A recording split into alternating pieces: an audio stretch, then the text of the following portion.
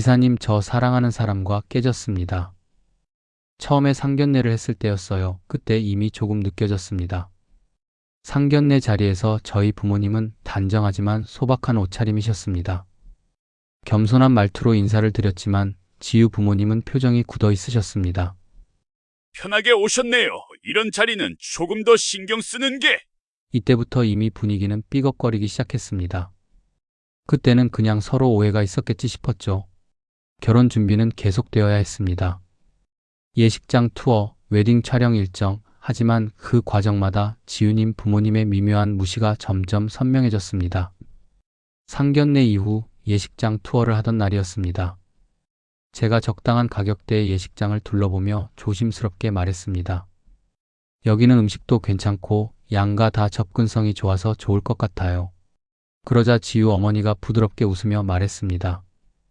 여기도 나쁘진 않네요. 하지만 우리 쪽은 지우 친구 부모님들도 많이 오고 회사분들도 꽤 오시거든요. 좀 더 격 있는 곳이면 좋겠어요.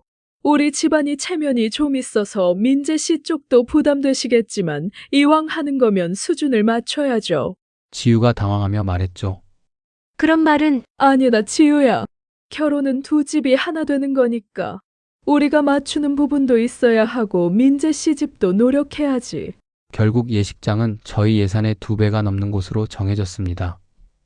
드레스샵에서도 비슷했습니다.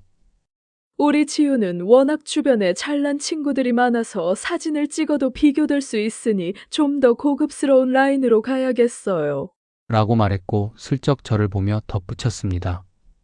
민재 군도 턱시도는 좀 없어 보이면 겉으로라도 있어 보이게 해야 해요.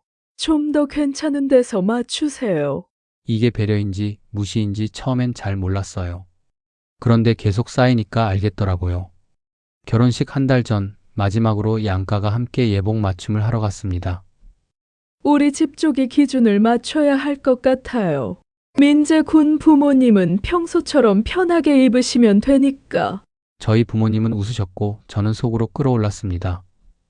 그러던 어느 날 드디어 신혼집을 구하는 문제가 나왔습니다. 저는 전세를 못마땅해 하시는 지유 부모님을 생각하며 두 사람이 생활하기에 충분한 사이즈의 오피스텔을 계약했습니다. 회사와 지유 직장 사이 거리도 적당했고 예산 안에서 고를 수 있는 최선의 선택이었습니다. 저는 설레는 마음으로 신혼집 사진을 지유 부모님에게 보여드렸습니다.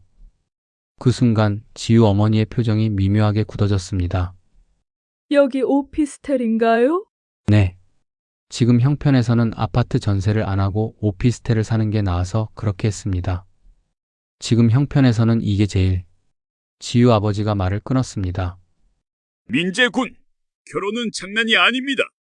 신혼집이 이 정도 수준이면 체면이 안 서죠. 그 말투는 담담했지만 확실한 경계선이 있었습니다. 지우는 어릴 때부터 힘든 거 한 번도 안 겪었어요. 이런 데서 시작하게 하고 싶지 않네요. 겉으로는 딸을 걱정하는 말이었지만 사실상 저를 향한 비난에 가까웠습니다. 요즘은 다들 오피스텔에서 시작해. 지유야, 내가 몰라서 그래.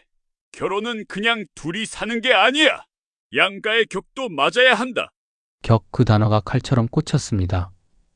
우리 지우는 그런 현실에 맞춰 살아온 아이가 아니에요. 그리고 민재 씨, 혹시 결혼 준비할 형편이 되시는 거 맞죠?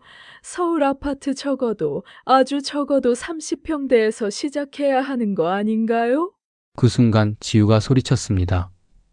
엄마, 그게 무슨 말이야? 하지만 이미 늦었습니다. 저의 마음속 마지막 줄이 그 자리에서 끊어지고 있었습니다. 기사님, 사실 저 나이에 조금씩 재산을 쌓고 아파트를 산다는 건 현실적으로 극히 드문 일입니다. 엄청 잘 나가는 사람이야 제 나이에 그럴 수 있겠죠. 하지만 저도 제가 번 걸로 결혼식을 준비하고 오피스텔을 구하는 등 그동안 열심히 살아왔다고 생각합니다. 결국 열심히 살아온 나름 최선의 선택을 했는데 지유 부모님 입장에서는 부족하게 보였던 거죠.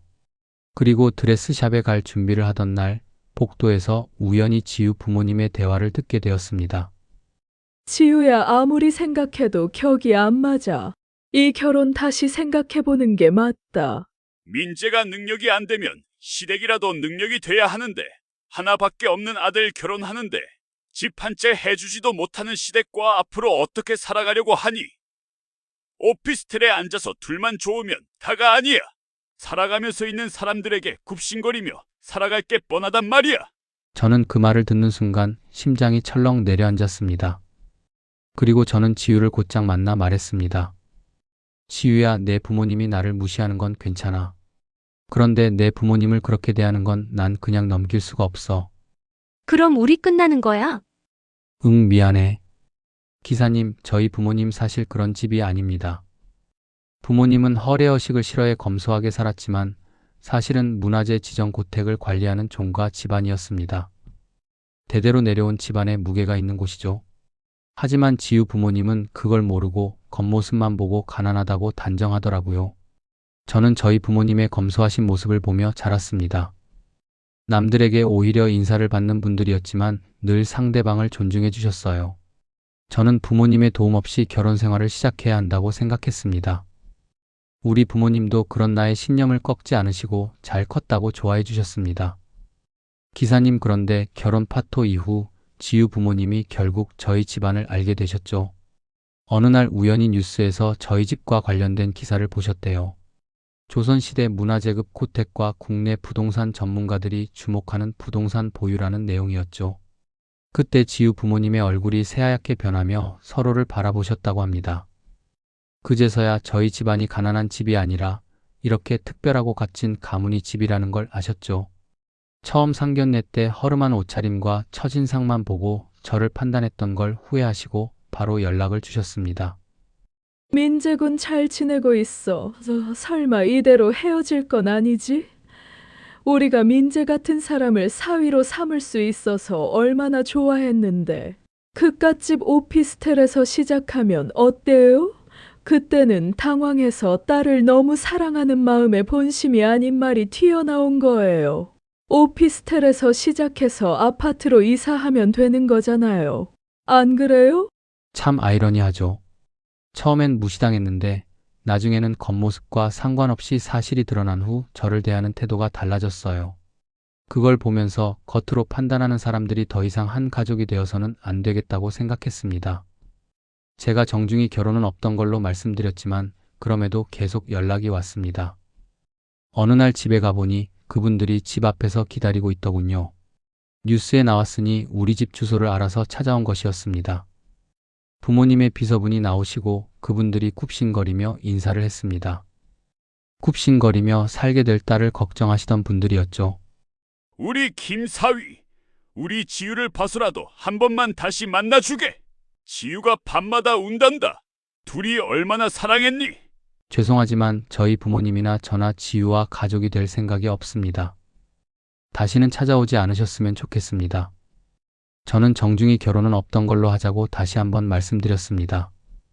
지우를 생각하면 가슴이 아프지만 제가 이룰 가정의 재력으로 사람을 무시하고 판단하는 문화를 전해주고 싶지 않았습니다. 기사님, 이 일을 통해 알았어요. 결혼은 한 가정과 한 가정이 만난다는 것을요. 사람은 마음과 태도, 존중이 없으면 아무리 사랑해도 한 가족으로 이어지기 어렵다는 것 또한 알게 되었죠. 지은애가 좀 힘들게 살아도 훌륭한 성품을 가진 부모님이 계셨더라면 얼마나 좋았을까 생각했습니다. 그때는 마음이 너무 아팠지만 돌아보면 그 경험 덕분에 많은 걸 배웠습니다. 진심과 존중, 부모님에게 보고 자란 이것들이 얼마나 소중한 것인지 깨닫게 되었습니다.